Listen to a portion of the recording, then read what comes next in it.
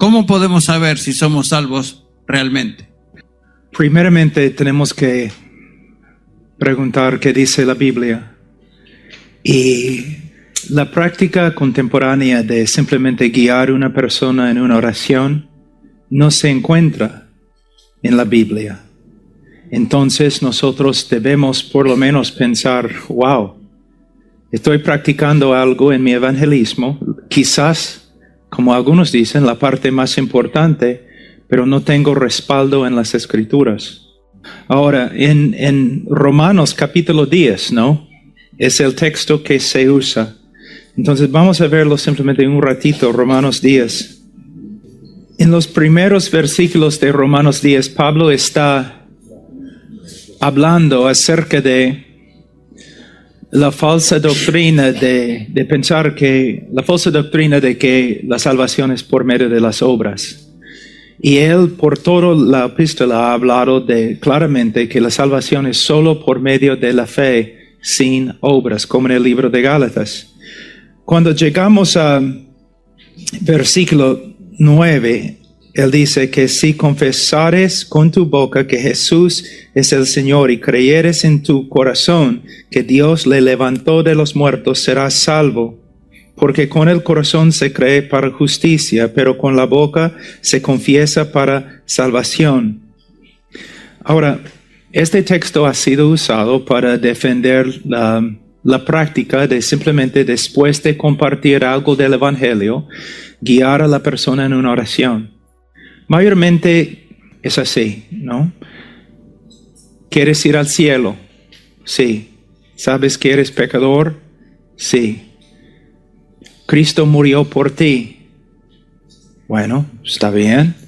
¿Tú quieres recibir a Cristo? Sí. Entonces repite esta oración después de mí. Ahora, hay muchas personas que practican que su evangelismo es exactamente como he explicado en este momento.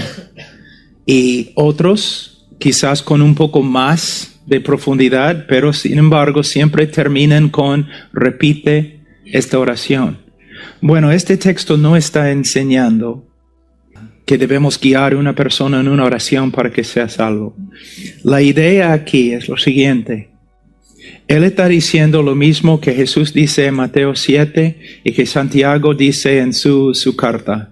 Que si nosotros de verdad creemos en el Señor Jesucristo, somos salvos. Pero la evidencia de que de verdad creemos es que vamos a confesar a Jesús como el Señor. Tienes que ver esto en el contexto del Imperio Romano y el contexto de la persecución. Vamos a decir que todos nosotros somos carpinteros trabajando en la ciudad de Roma y somos una parte de una iglesia. Y nosotros estamos ahí tomando almuerzo. Y de repente escuchamos algo así. Pum, pum, pum. Y miramos y ya viene un grupo de soldados romanos. Están llevando un altar. Y en el altar hay un pequeño fuego y una taza de incienso. Entonces nosotros sabemos lo que va a pasar. Tenemos que pararnos y tenemos que decir, César es el Señor. Entonces los otros carpinteros se levantan y ellos van y simplemente hacen lo que deben hacer. Dan culto al emperador. Ellos toman el incienso así, dicen César es el Señor, está bien. Pero uno de los hombres que está en nuestra iglesia, él se acerca al altar temblando, los soldados comienzan a hablarle mal, entonces él toma un poco de incienso y dice, César es el Señor, y se va. Pero otro hermano se separa y está ahí, y él dice, no, Jesús es el Señor, y lo matan. Y el próximo hermano viene, dice lo mismo, y lo matan.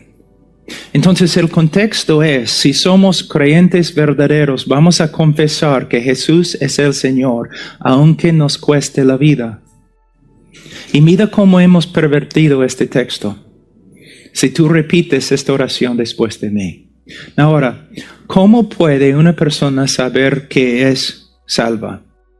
Martin Lloyd-Jones y otros, y yo también, porque creo que se encuentra en las Escrituras, ellos hablaron de tres cosas, tres verdades muy importantes. Primeramente, la lógica. La lógica. La Biblia dice, Juan 3:16, que dice, el que cree no se pierda, mas tenga vida eterna. Una persona con su mente, escudriñando, ¿no? Su mente, él dice, de verdad yo creo lo que este texto está diciendo. Yo lo creo.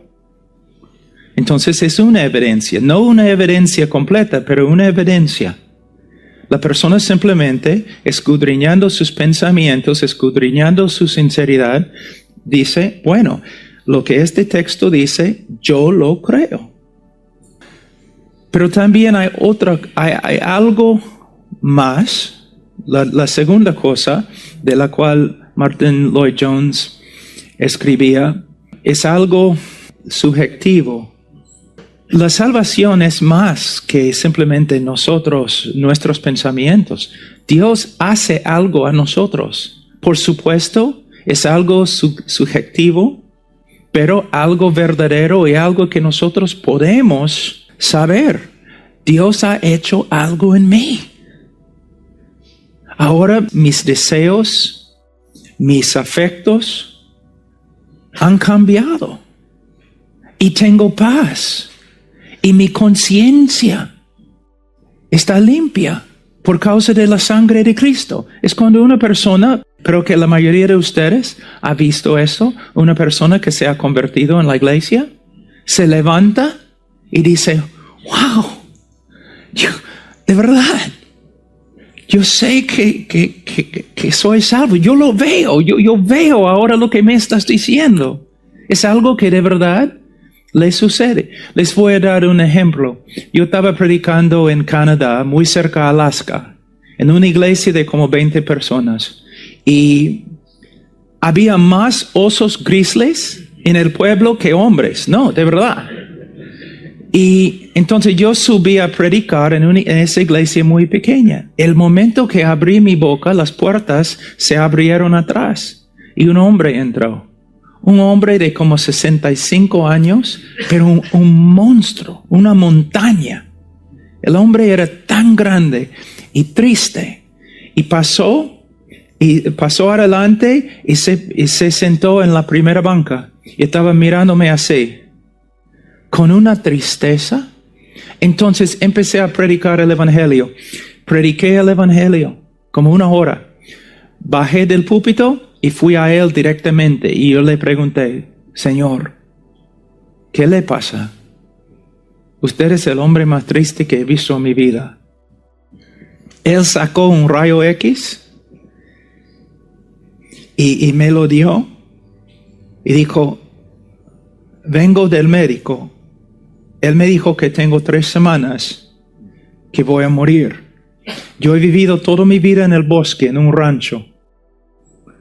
Nunca he ido a una iglesia, nunca he leído una Biblia. Una vez alguien me contó algo acerca de un hombre que se llama Jesús. Hay solamente 2 cosas que sé. Yo sé que voy a morir y yo sé que hay un Dios. Ayúdame. Nunca en mi vida he tenido miedo, pero tengo miedo. Ayúdame. Entonces yo le dije, Señor, ¿entendiste el mensaje? ¿Sabes lo que dijo? Claro que sí. Yo entendí. La mayoría de los evangelistas, ¿qué habrían hecho? ¿Entendiste? Entonces, ¿quieres repetir esta oración conmigo para recibir a Cristo?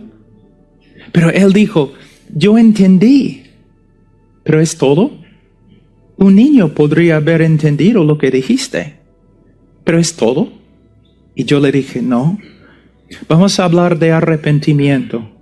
Vamos a usar las Escrituras para ver si el Señor ha obrado una obra de arrepentimiento en ti. Vamos a usar las escrituras para ver si en este momento estás creyendo. Entonces empezamos a pasar por las escrituras y era muy, muy obvio que aunque el Señor entendió el mensaje, que no era nada más. Entonces yo le dije, Señor, aquí es lo que vamos a hacer. Yo tengo que salir mañana y regresar a mi país. Aquí es lo que vamos a hacer. Yo voy a cancelar mi boleto. Y yo voy a estar contigo hasta que te conviertas o hasta que mueras y vayas al infierno. Él dijo, está bien. Entonces, esa noche empezamos a pasar por promesa tras promesa, tras promesa, tras promesa, tras promesa. Antiguo Testamento, Nuevo Testamento. Leyendo las Escrituras juntos, orando juntos, leyendo las Escrituras. Y después de como 1 hora y media, 2 horas, yo le dije, Señor, vamos a leer Juan 3:16. Y él dijo, pero ya hemos leído este texto varias veces. Bueno, vamos a leerlo de nuevo. Nunca voy a olvidarme. Él tenía la Biblia así, en sus rodillas, así. Sus manos eran más grandes que las mías. Y tenía sus manos así. Y él dijo, ya, está bien, voy a leer. Él dijo, porque de tal manera amó Dios al mundo, que ha dado a su Hijo unigénito para que todo aquel... Y sus manos empezaron a temblar así. Y él me miró y me dijo, yo tengo vida eterna. Yo tengo vida eterna. Mis pecados ya no hay. Dios me ha perdonado. El Hijo murió por mí. Yo tengo vida eterna. Y yo le dije, Señor, ¿cómo sabes? Y él me dijo, ¿nunca has leído este texto?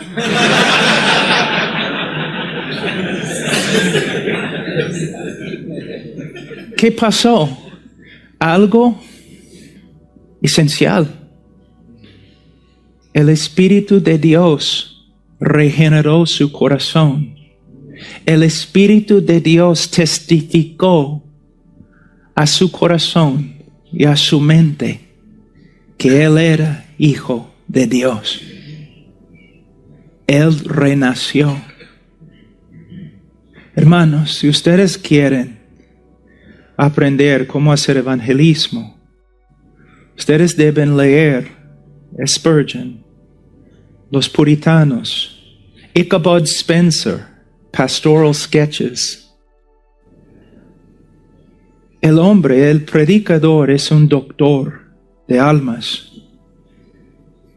Él tiene una idea porque ha estudiado la Biblia, cómo el Espíritu Santo obra en el corazón de una persona. Entonces, el hombre simplemente puede leer el texto y lógicamente examinándose a sí mismo, él se da cuenta, yo creo. Pero hay otro aspecto. Evidencia de la iluminación del Espíritu Santo. Imagínate, la mayoría de los evangelistas, ¿qué hacen? Después que una persona repite la oración, el evangelista dice, ¿Cristo ha entrado en tu corazón? Y si la persona dice, no estoy seguro, muchas veces el evangelista dice, pero por supuesto entró en tu corazón porque Él prometió que iba a entrar y Él no es mentiroso, entonces tú eres salvo. Mira, tú tienes la autoridad de enseñar a alguien cómo ser salvo. Tú no tienes la autoridad de declarar que una persona sea salva. El tercer medio es la continuación del arrepentimiento y fe, llevando fruto, creciendo en santificación. La santificación es evidencia de la justificación. Pero esta santificación es muy importante entender porque predicando que el fruto es la evidencia de conversión, predicando esta verdad bíblica, tú puedes hacer daño también si no entiendes lo que estás diciendo. Mira, cuando yo quiero ir de la costa de California a las montañas, en mi carro no va así. Mi carro va así. Siempre está subiendo. Pero en un momento parece que mi carro está subiendo, en otro momento parece que mi carro está bajando, pero poco a poco está subiendo. La vida cristiana es así. Aún los mejores cristianos, todos nosotros tenemos luchas. Todos nosotros tenemos pecados contra los cuales tenemos que pelear. A veces la providencia de Dios y en su amor Él tiene que disciplinarnos. Entonces, podemos ver tres cosas que la persona ha examinado, se ha examinado su intelecto, su mente, su razonamiento, y se da cuenta, yo creo. También un testimonio del Espíritu Santo, también fruto que continúa. Y con el fruto, la providencia de Dios, no solamente en instruir y santificar, sino también disciplinar. Mira, dice, Jacob amé, Esaú, ¿qué? Aborrecí. Una vez te has preguntado, ¿cómo es que Dios amó a Jacob y aborreció a Esaú? Vamos a ver. Todas las promesas que Dios había hecho acerca de Esaú, Él cumplió. Él bendijo a Esaú, ¿no es cierto? Todo. Cuando Jacob se unió de nuevo con su hermano tenía tanta bendición del Señor que ni necesitaba el regalo que Jacob tenía para él. Entonces, ¿cómo es que Dios aborreció a Esaú y amó a Jacob? No tenemos ninguna evidencia de que Dios entró en la vida de Esaú para cambiarlo, disciplinarlo, purificarlo. Él simplemente permitió que Esaú hiciera lo que quería. Pero él disciplinaba a Jacob todos los días de su vida. Él no permitía que Jacob fuera Jacob. Entonces la disciplina, la providencia de Dios también es una de las evidencias. Los puritanos, los bautistas, presbiterianos, tempranos, aún los metodistas, estaban de acuerdo de que una persona, el momento que se convierte, puede tener seguridad de que es cristiano. Pero el cristiano también crece en su seguridad mientras ve más y más fruto y evidencias de la obra de Dios en su vida. Podemos ver eso también en las cartas de Pedro, que debemos añadir a nuestra fe. ¿Ves? Entonces uno también crece en su seguridad. Otra cosa que es muy importante para los pastores. En el día de hoy es muy común lo siguiente. Un joven supuestamente se convierte en la iglesia, tiene 12 años. Pero cuando tiene 16 años, él se rebela contra sus padres, se rebela contra la iglesia, no quiere saber nada de la iglesia ni nada. Y mayormente, ¿qué pasa? Su mamá, su pastor, su papá van a él y le dicen lo siguiente: mira, eres cristiano, debes portarte como un cristiano. Lo que ellos están diciendo no es bíblico. Ellos deben decir: tú has confesado a Cristo como tu Señor y Salvador. Fuiste bautizado, pero en este momento no estás demostrando el fruto de un creyente, sino el fruto de un incrédulo. Y si tú sigues en este camino sin disciplina, sin arrepentimiento, es evidencia que nunca conociste al Señor. Debes tener miedo, arrepiéntete, vuelve al Señor. ¿Ves la diferencia? La Biblia no enseña que una persona puede perder su salvación. La Biblia enseña que una persona que se aleja del Señor y sigue alejándose del Señor sin arrepentimiento, sin disciplina, aunque confesara a Cristo, no era cristiano. Y es una de las razones por las cuales una iglesia bíblica practica disciplina bíblica. Pastores, ¿sabe qué? En algunas confesiones antiguas, una iglesia que no practicaba disciplina bíblica era una iglesia apóstata. No era una iglesia bíblica. ¿Cuántas iglesias en los Estados Unidos practican la disciplina? ¿Y cuántas iglesias en los Estados Unidos están llenas de incrédulos?